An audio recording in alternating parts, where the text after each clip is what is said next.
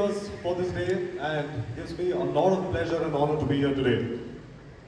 Today is not about unveiling some new machines. Today is in fact all about proving a point. And what am I talking about? I'm talking about this very point in time, 8 years back, when Neeraj and me were back in India, sitting together, figuring out how could we disrupt an industry that has been stagnant for a while.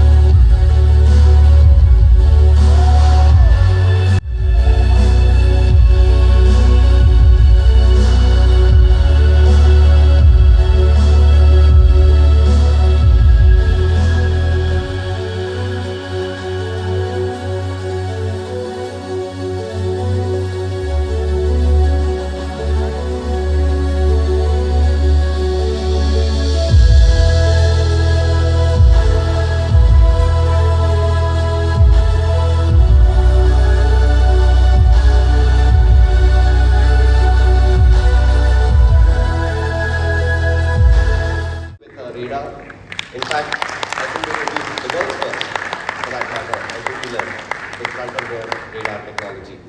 It brings together spatial awareness. It brings together, systems that enable blind spot detection, collision avoidance warnings, overtake alerts, and all of this is coming through with the advanced mirrors that come on the vehicle. And these are called Omnisense mirrors, which allow you to experience and understand what is going on from a spatial point of view around you. And all of this is in your peripheral field of vision. It's enabling a whole new set of safety features that have never been seen on any two-wheeler till date. Right? Now, it's not just that. We have more.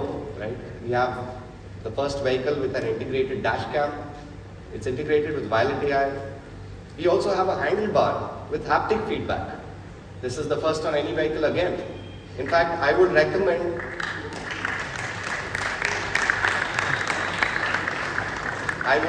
to take a look around at some of the other stalls behind you. You can actually experience this in even the F77 that's out there, right? So this is what we're talking about, a handlebar with haptic feedback that is giving you collision warnings, overtake alerts, and even blind spot detection. And all of this through the haptic feedback on the handlebar in a non-intrusive way.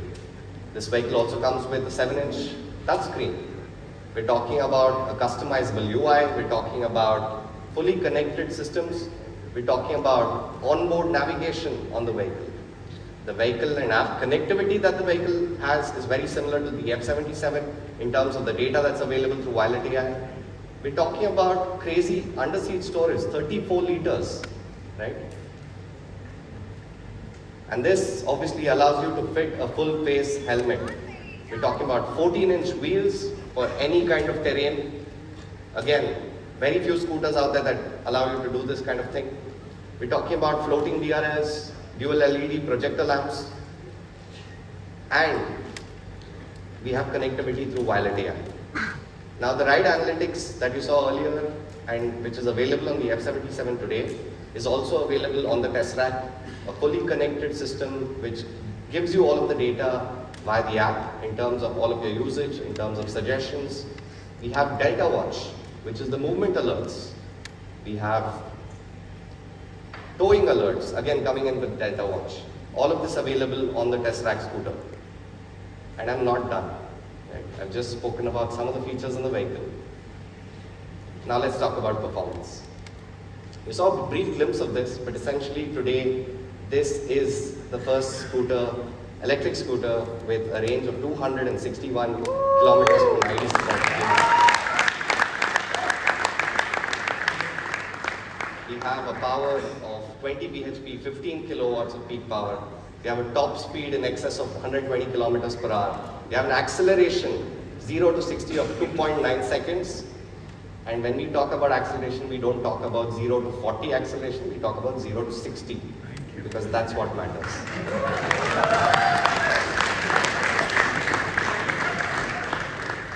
Now, all of this performance, right, and all of these features, we know where we are. We're in India, a lot of questions come to us in terms of what is the economy. India's favorite question is, kitna deti hai? So today I wanted to take a moment to talk about this in a very different perspective, right? I wanted to talk about efficiency, and how you spend your money in a very different point of view. And if you look at today where the IC engines have reached, Narayan spoke about it, over the last 25 years, we've seen advancements in terms of, IC engines, but what has it, gotten to, right? What is the state of the art when it comes to IC engines, when it comes to fuel efficiency, when it comes to economy? Today, generally speaking, across the board, what is the fuel efficiency in IC engine vehicles, right? These are, numbers that you see typically, for the 100cc vehicle, you'll get to 75 kilometers per liter. With 110cc, you'll get to probably, 60 kilometers per liter. And if you've got a 200 or a 400cc motorcycle, you're in the range of 25 to 35 kilometers per liter. Right? This is generally accepted, known to everybody. Now, what if I told you that today, with this vehicle, the fuel efficiency reaches 500 kilometers per liter? It sounds insane, but just hear me out for a moment. Why do I say this? Of course, it's an electric vehicle. We all know that. But what does it mean when I say 500 kilometers per liter? I'm talking about what does your money get you, right? Just to give you a scenario. Let's say you have 100 rupees. In 100 rupees, you get 1 liter of petrol, right? On a 110cc vehicle or scooter or a motorcycle, you get 60 kilometers with that 100 rupees. Or you get 40 kilometers if it's a 125cc vehicle. But that same 100 rupees gets you 12 units of charge, 12 units of electricity, 12 kilowatt hour of electricity and energy. And with those 12 units, you can charge this vehicle 2 times over, which means a range of 500 kilometers with 100 rupees. And that's what we mean by 500 kilometers per liter.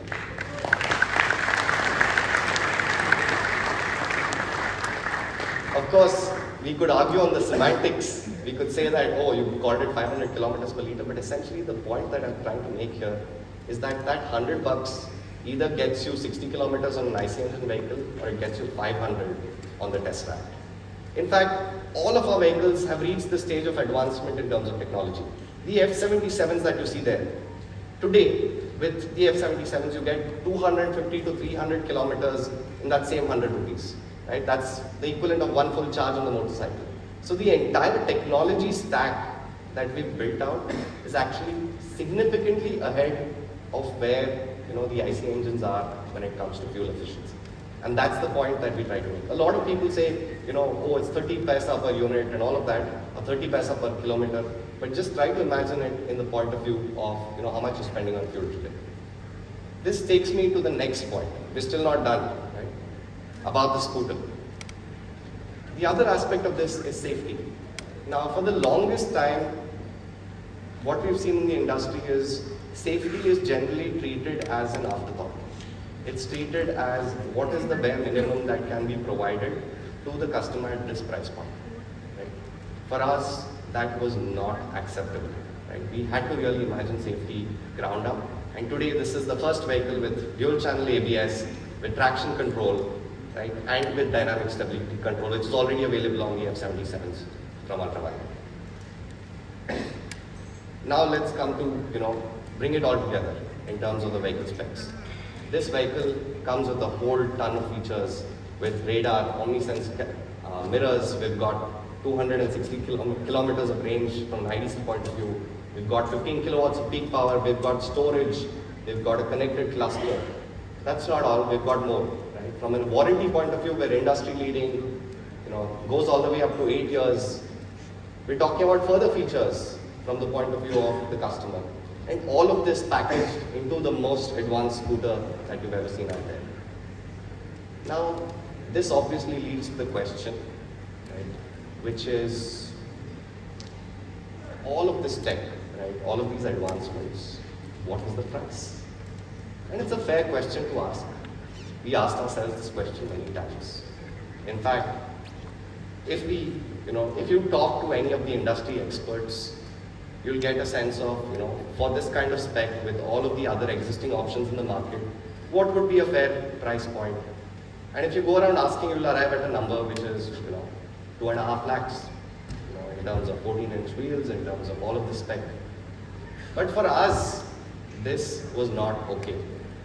We had engineered this to be the world's most advanced scooter, but we also built it to a particular cost.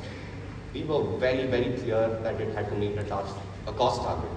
And we engineered it to meet a particular cost target. And that cost target, ladies and gentlemen, is...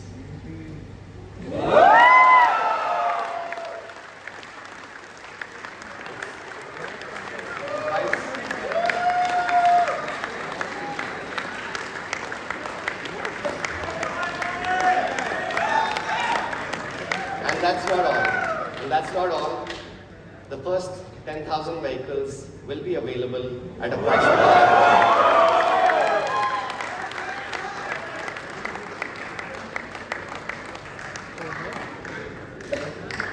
This has not been an easy task. Let me be very honest. It takes a significant bit of engineering. And that's the reason we started this conversation today about scalable platforms. When the hard work is put in terms of building all of the technology ground up, which means from the vehicle control units to the entire battery architecture, the entire vertical integration on the entire automotive subsystems, that is what today enables Ultraviolette to be able to provide vehicles at this price point. And that's what we're very proud of today. In fact, all of this will be available with delivery starting in Q1 of next year. And that's not all. We're not done for today. In fact, there's a lot more in store. We're always full of surprises. There's one big one coming. So the question is, what next? Right?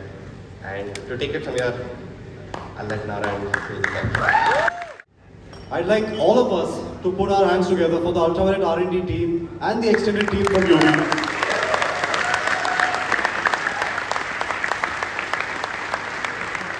For pulling off consistently, not once, not twice, multiple times over and over again in our endeavor to stay ahead of the industry with one single-minded goal of ensuring that India can be at the forefront of electric mobility revolution and not play the role of a follower anymore. And I think that is what drives all of us towards what we're doing, and we're seeing a lot of that today with the F77s, the Mark II, the Super Street, the Tesseract, and of course the F99s. And if you think about it, all of the hard work that went in the last 7 years is what is today enabling us as a brand, as a company, as a collective group of geeks that are obsessed with design, tech, performance, to be able to ensure that we don't dilute any of this and bring more and more products at various points of accessibility. Accessibility not just in terms of what the product would cost, but in terms of various form factors. Now, what next? I'd like to hear from you. What next? I mean, we got something crazy. Yeah, Concept X had a guest appearance at ICMA. Okay, so this actually goes back to a lot of nostalgia. What we're about to showcase is not necessarily a business plan made on Excel, derived a product formula out of it and put specs on the road. This actually goes back to us asking the fundamental question of what is fun? Can we bring back the fun? And today, does fun really have to cost you a lot? What is the least common denominator that is super exciting, super fun, and with that, I'm going to introduce Ultraviolette's light motorcycle platform.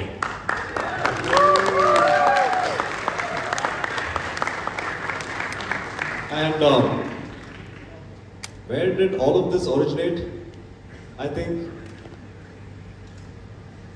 among the two favorite words of all of us in this hall two strokes. Right?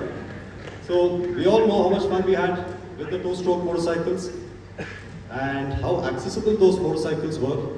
But of course, the emission norms and moving to four-stroke and evolution in that category has sort of buried them for quite a while.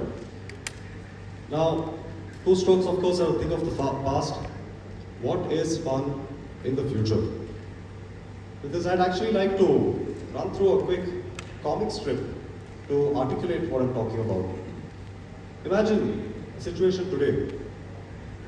Friends in college doing a lot of cool things into skateboarding, into music, into various expressive forms and activities in life. And when it comes to the entry-level options in terms of vehicles, are there really that many compelling and fun choices anymore? And enters our hero, the RX-100. So the RX-100, the RX-135s have been among the most iconic of machines, and all of us are grown up riding it, loving that experience, and in fact, that was what we wanted to drive as the core of what we're about to showcase. And in effect, bring that into the real world in the form of the light motorcycle platform. So we're launching two motorcycles today. We're launching a fun street motorcycle and an enduro. You know what Steve Jobs did? A fun street motorcycle and an enduro. A fun street motorcycle and an enduro. And that coming together in one super provocative, compelling package that you can't ignore.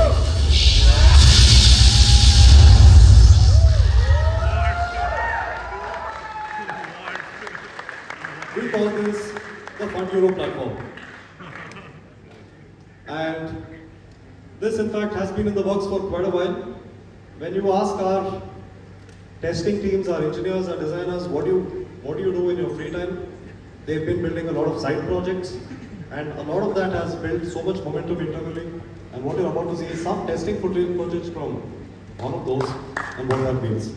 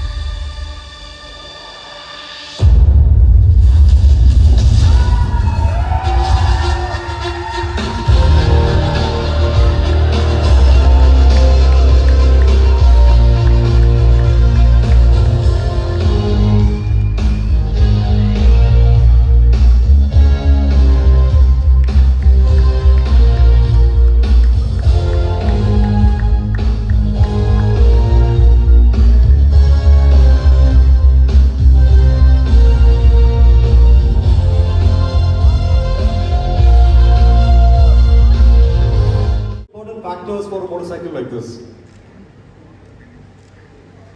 No, just throw out what are the most important parameters. Shouldn't brake when it lands. Fun. Torque, suspension, of course, one of the most important factors. I'm going to begin with torque to weight ratio. This lands with 500 Newton meters of torque at the wheel.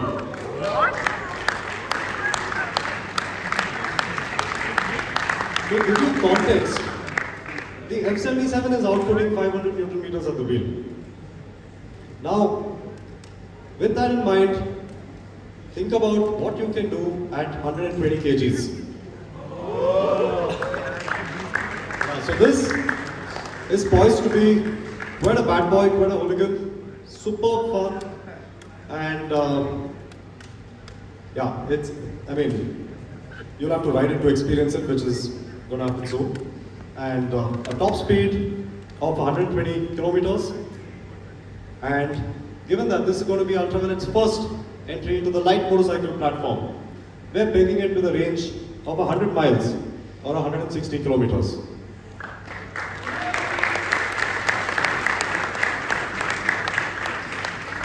With a 0 to 60, I think we don't like anything more than 3 seconds, so I think whatever we do is going to land up bad. And you're going to love the next image. Comes in two options as of now. The Shockwave, electric yellow and black, and what you see on stage here, the white and red. So, one thing that, we all enthusiasts love these motorcycles. There are some very cool Hondas, Kawasaki's, modern bikes that you get. You'll have trouble importing them, you'll have trouble modding them. Even after you do that, a lot of them are not really legal. And for the first time, we've taken all of that, whatever goes into being a bad boy, packaging it all together, and sort of making it road legal.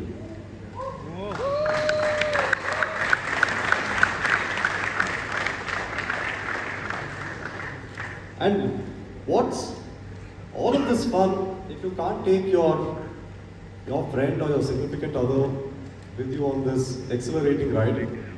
Yes, of course it does have an option of a two-seater as well. And more details of this is going to be on our website. And yes, Neeraj walked us through an elaborate breakdown of all of the stats of the vehicle. These are what I mentioned, the top stats of the vehicle.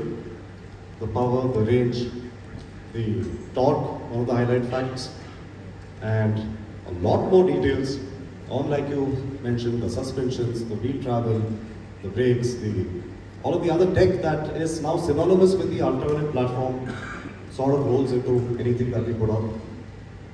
Some more tech, and yes, now what does all of this mean? This is going to launch at a starting price of... Guys, what's happening here? Okay, let's hit it. Yeah?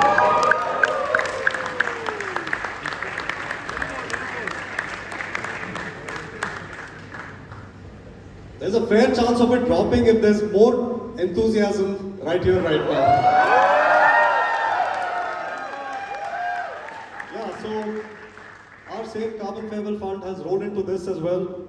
And for the first 1,000 vehicles only, the introductory price point is going to be $149.29.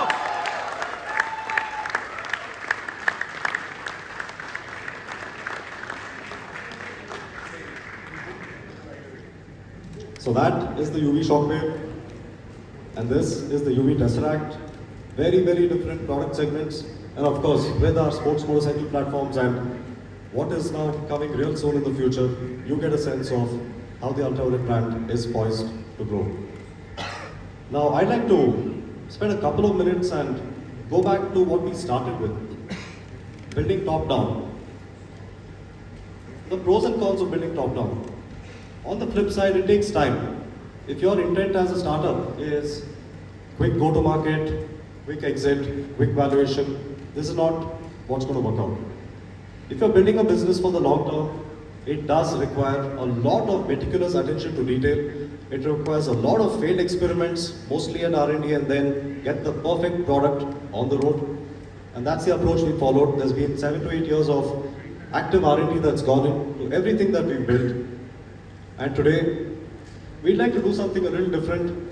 Most entities keep the cards close to the chest.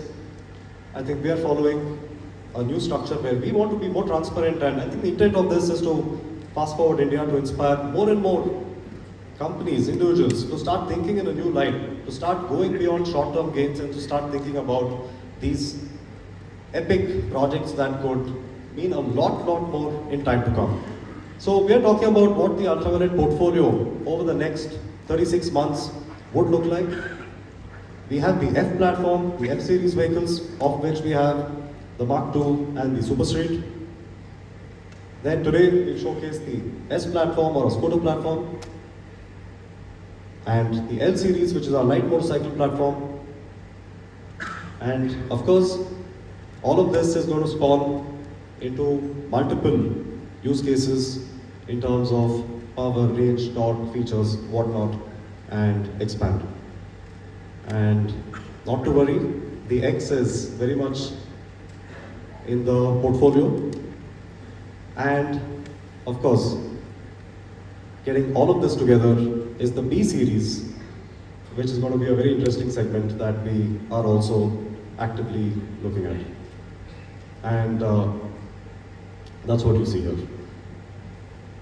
So this is what the UV flight plan for the next 3 years is going to look like. I mean, of course, it's easier for me to talk about it here. There is a ton of work that needs to go in, a ton of things that need to align for us to get to this, but I think boldly putting it out here also proves a point that we are here to make it up. And with that, I'd like to conclude the session for the day. I don't know what to call it, what the right term is. I'd like to extend our thanks to all of you that have joined us today. A lot of our owners who are here today. Like I mentioned, you are the soul of what Ultraviolette stands for.